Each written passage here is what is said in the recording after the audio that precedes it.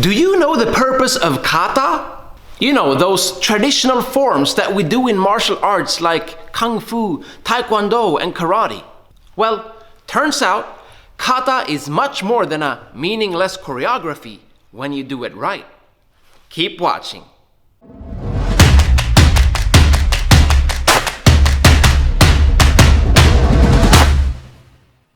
What's up, guys? I'm Jesse from karatebyjesse.com, aka the Karate Nerd. Recently, I attended a masterclass seminar by Sensei Patrick McCarthy, the Western world's #1 karate historian, researcher, and author. During this seminar, I decided to ask him about the historical purpose of kata. I mean, why were kata created to begin with, and why do we still practice them? Check out what he had to say. Oh, hey.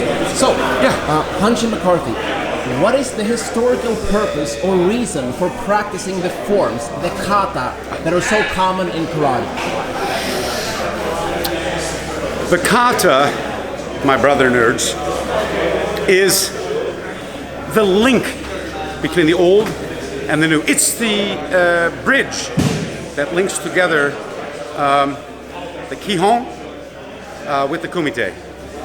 It's the time capsules that contain the application practices against those acts of physical violence that are habitual in human nature. It pays a little bit of dividends to know something about what came first, the kata or the application, the chicken or the egg. Think about this for a minute. How can you have a kata, considering the fact that kata contain the so-called secrets of the art, i.e. karate is kata and the old adage, kata is karate, which without, you might have a fighting art, but you don't have karate. And so in this regard, the kata then is supposed to contain the secret application practices against these fighting habitual acts of physical violence. In that regard, it pays a little bit of dividends to understand a couple of things. Number one, we're not talking about weapons, we're not talking about gang fighting, a melee, mutual confrontation. We're talking about the art of self-defense. I'm not expecting trouble. I have a bag of groceries, I get into my car, I get jumped from behind. This is the contextual premise with which I'm talking about. And so in that regard, the nature of understanding the final product lies in following the pathway from the reenactment of that act of violence which is habitual by nature. And in order to reenact it, we tend then to quantify what it is, and by defining its dynamics, we're better able to understand why it's dangerous in the first place. So by understanding why it's dangerous in the first place, gives us the platform upon which empirical observation and experimentation allow us then to discover which of these tools work best in the escape and counter process. In doing so, we need a formula with which to practice, a pathway, if you will.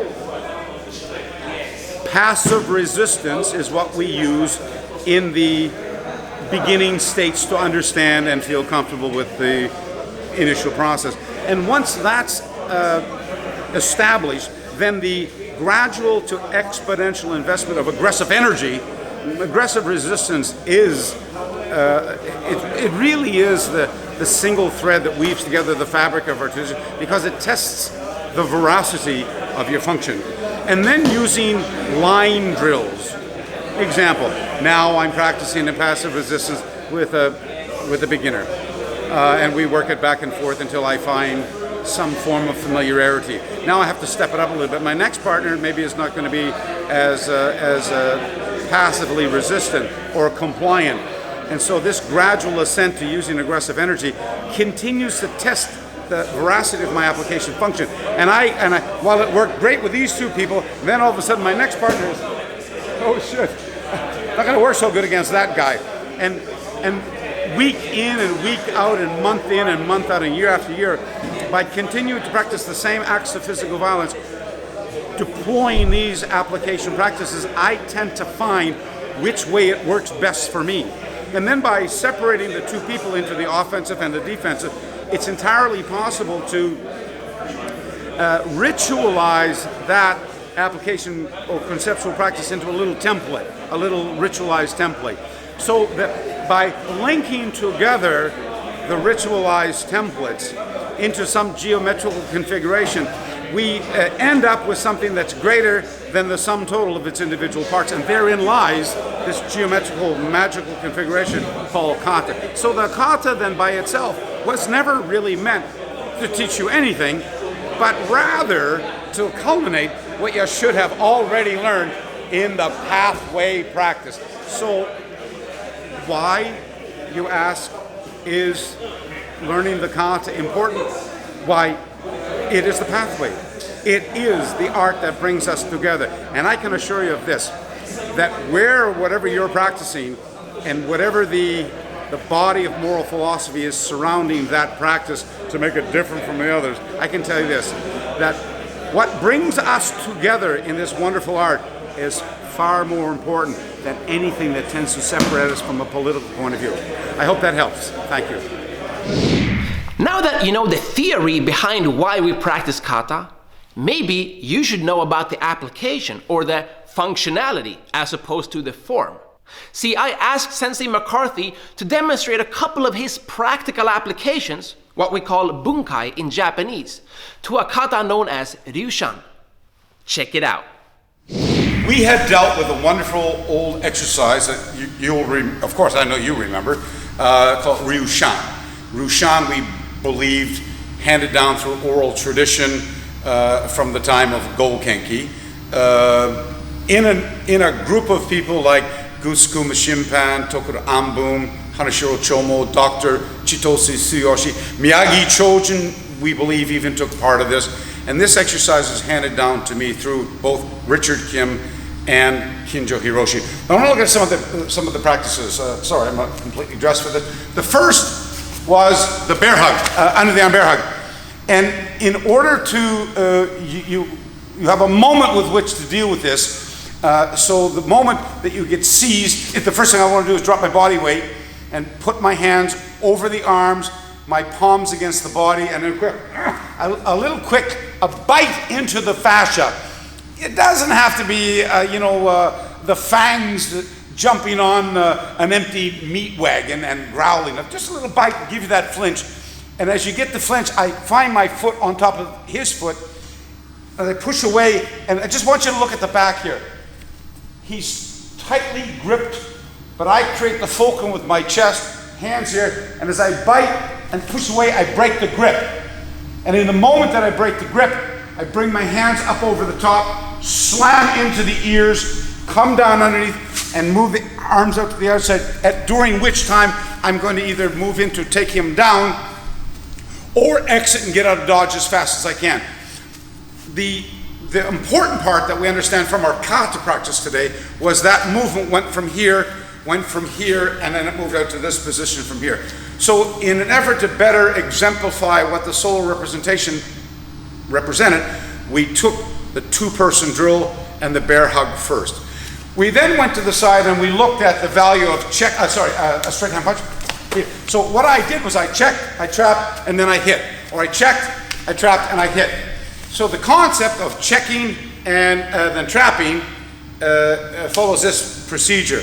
Now, how you tend to follow that up depends entirely upon what outcome you seek to accomplish.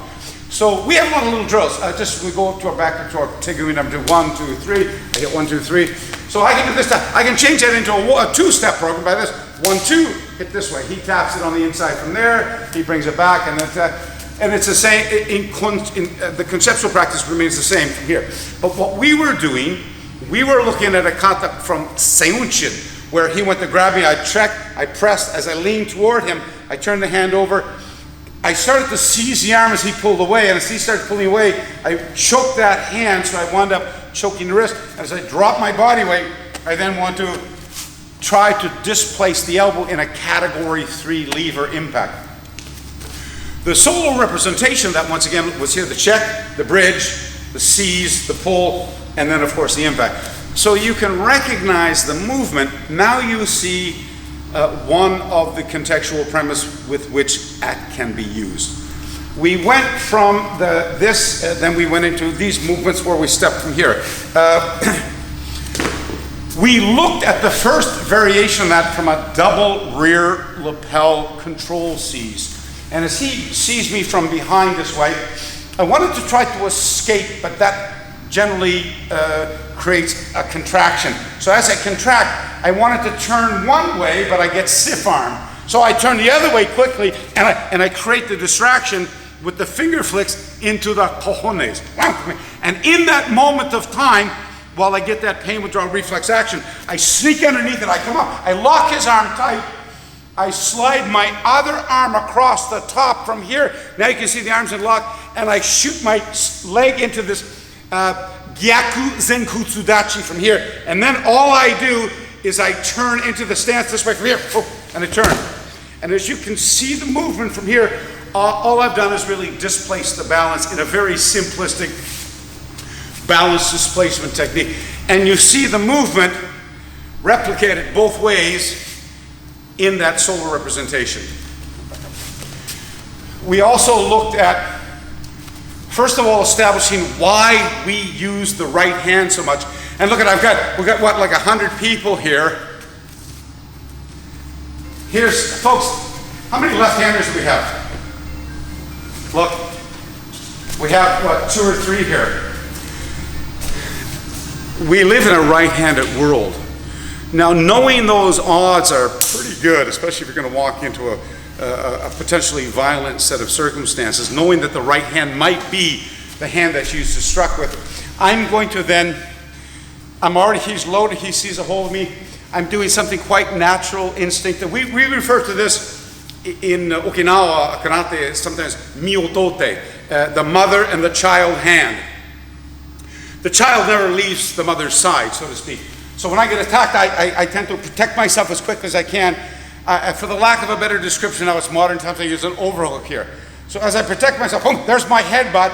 And in the same way that I might turn from in hand sandan, is I would protect myself here, because often if you try to just overhook the arm, you don't have a tactical advantage on the limb. So what we do is, when I protect myself, is as I come over the limb, and I start to do my hikite, I turn my body away first to get a good hold on that, and then I crank the arm. Now I have it in the position that I want. But basically, he has a free hand. So I want to take care of that hand before he can use it against me. So what I do is I take the hand, quick, go for the, well, quoting a good friend of mine from Sweden, if I go to grab a man down there, and there's only one of 2 things he can do. He can either grab my hand or give me his phone number. So I grab the hand, or I'll grab the garment, whatever I can get. I pull the hand back out again. Now I have a hyper rotation here, a rotator cuff.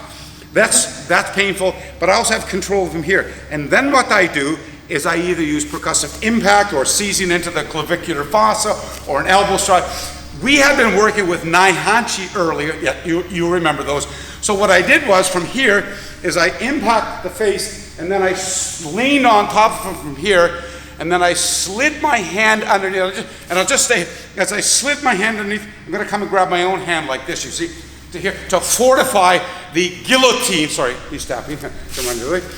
He's tapping from here. And then you notice the foot's here. I'm going to kick the leg out from underneath him. Force is mass times acceleration, so as that body's coming down, my knee is coming up. I'll just turn it back around again the other way. And after I knee, then I slam the foot down on top of his foot, and then I hyper-avert, some people say hyper-rotate, his ankle, causing a lot of pain there. Once again, when you see that rotation of movements from here, it's not difficult to figure out then that the solo representation is merely reenacting some of the principles that we've already seen. The other one that we worked on Wednesday was against the classic lapel. So I wanted to create a distraction.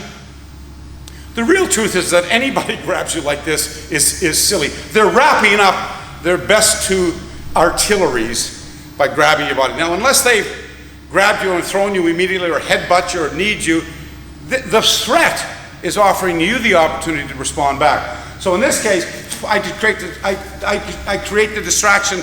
You know, I don't have to get a green one. You know, a light one, a tap to the cojones. There's my ears if I want. One hand over the top, one here. I step back and drag them. I'm not looking to rip the arm off my lapel. I just want a pathway to his eye. I slide in, stick my finger in his eye. Okay, in the event he grabs it, I slide off the other hand from here, and then as I pull it back, I bicep bump him. I'm just going to turn him around the other way. I bicep bump him, and then I keep that hand trapped, hook the hand here, and all I really do is stick around and wham, throw him down to the ground. Now that's not rocket science, for goodness sakes. But what it does exemplify, especially if you're a Shotokan or a Shorin practitioner who's done Goji Shiho, then you see this movement from here, you see? And then the movement where I come down and throw the guy to the ground. And that, once again, helps those of us who haven't been fortunate enough to get the guidance to help us better understand, A, the contextual premise. Those are the acts of physical violence in domestic society that are habitual by nature, serve as the contextual premise by which these application practices then would become a means, better described as then a pathway.